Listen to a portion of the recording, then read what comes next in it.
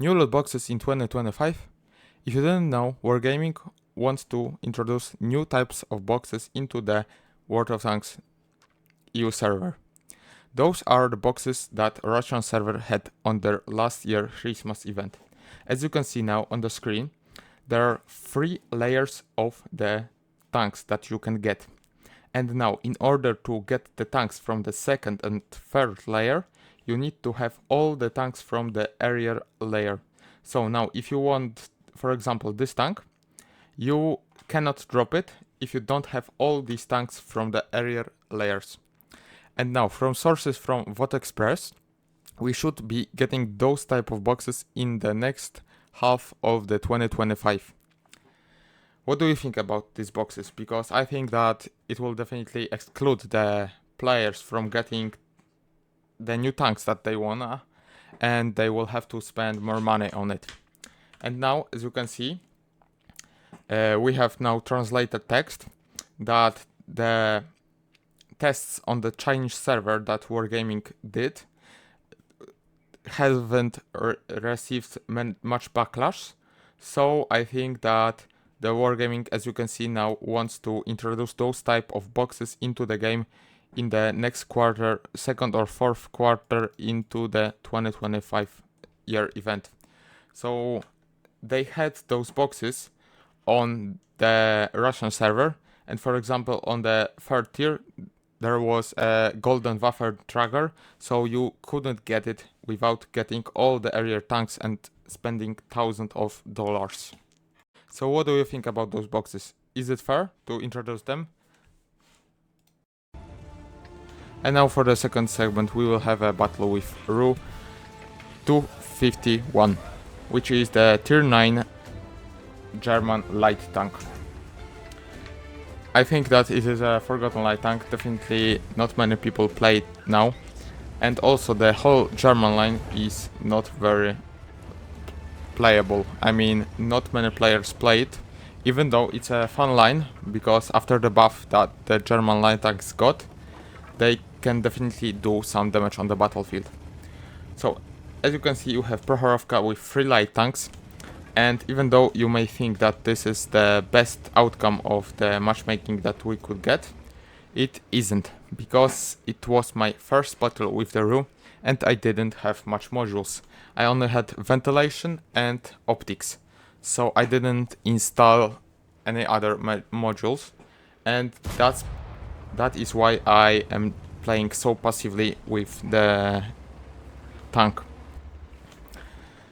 So, the plan for the battle was to just play passively, maybe wait for some light tanks to get spotted and try to kill them, because with the Ru you have HEs which do so much damage.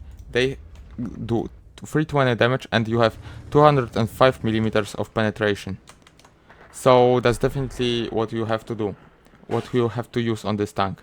Yeah, as you can see, even though the HEs aren't that useful in many tanks, the German light tanks have definitely nice HEs, so you need to use them.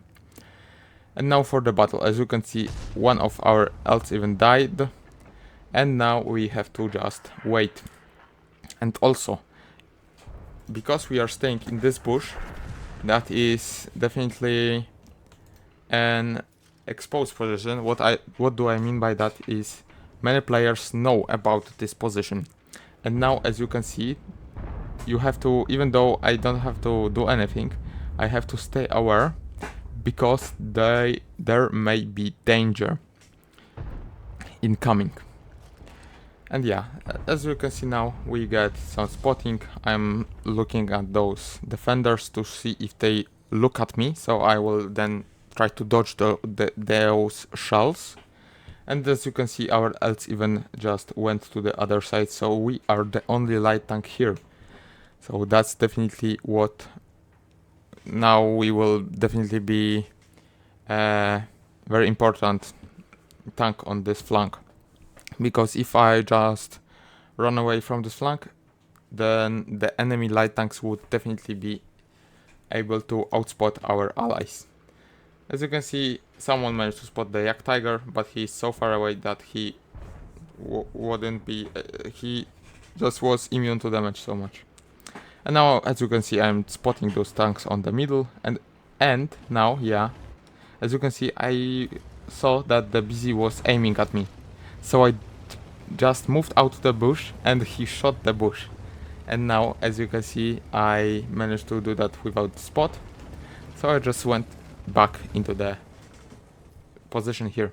And now I am more certain about staying here because he blind fired here. He didn't see anyone, so he will be sure that no one is here. And now, as now we can see, the enemies are pushing up here. And thanks to our patience, we get, yeah, 2000 spotting already. The perk that gives you additional crew boosts activated already. And now we have to just stay in the bush and wait for the enemies to come. Or just try to outspot someone. Now I don't really have to do anything because the BZ, like you saw, blind fired me. I managed to dodge that. That was very good play by my side, I have to say that. And now I just wait and see what will happen in this battle. We won the right flank, as you can see. So we managed to win the hill, so I don't feel like I have to do anything. And yeah, as you can see, now I managed to spot those guys. They are getting shot at, so that's definitely nice. And just wait and do spotting damage. And yeah, that is how you need to play with those light tanks, even though you may think that playing with the light tank with Prohorovka is just easy, just go into the bush. But in this battle I didn't have so nice because of the modules, and also I have had the crew that was only on 60%. And yeah, as you can see, I managed now to spot the elts even. He still doesn't know where I am. So he thinks that I'm somewhere in the line of bushes, so he will try and go after that. And now I have to just wait for my team to shoot him. I'm still getting assistance damage. The enemies are pushing now because they know they have to do something, and thanks to me we are just winning the battle. And now, as you can see, the elf is spotting me because I have terrible crew and modules. If it weren't for that, he wouldn't spot me for much longer because I was in the bush. And now we just have to wait, close the game. And yeah, as you can see, thanks to the H's I still managed to do some damage more. And now I know that I'm safe to just shoot, and I'm just still spotting the enemies, still doing now some damage. And we have 6000 spotting. And yeah,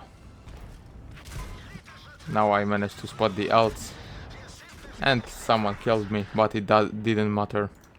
And yeah, as you can see, if it weren't by me, whole this team on this flank would have definitely died because the enemies could just push here and my team wouldn't be able to do anything against the light tank because he was the only here, the light tank here. So yeah, that is what you have to do with light tanks, and just sometimes you need to chill and stay back, wait for the enemies. So now we have the row. And yeah, as you can see, it's a fine light tank. It does 70 kilometers an hour, so that's definitely a nice top speed. It has 1000 almost HP, so 1400. It has quite a good camo. View range is also not bad. So if you want a nice tier 9 light tank to play with, that's definitely a light tank that you can take. Because yeah, the damage output is also not bad. The gun is accurate for a light tank, so that is definitely what do I recommend.